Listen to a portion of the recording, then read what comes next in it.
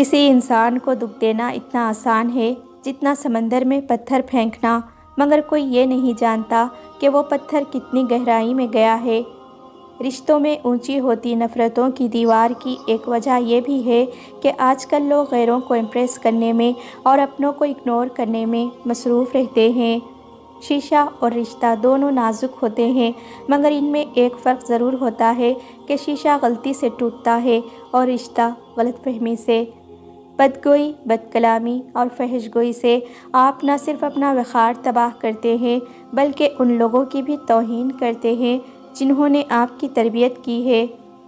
دو چیزیں اپنے اندر پیدا کر لو، چپ رہنا اور معاف کرنا، کیونکہ چپ رہنے سے بڑا کوئی جواب نہیں اور معاف کر دینے سے بڑا کوئی انتقام نہیں۔ جو تمہیں خوشی میں یاد آئے سمجھو تم اس سے محبت کرتے ہو، اور جو تمہیں غم میں یاد آئے سمجھو وہ تم سے محبت کرتا ہے۔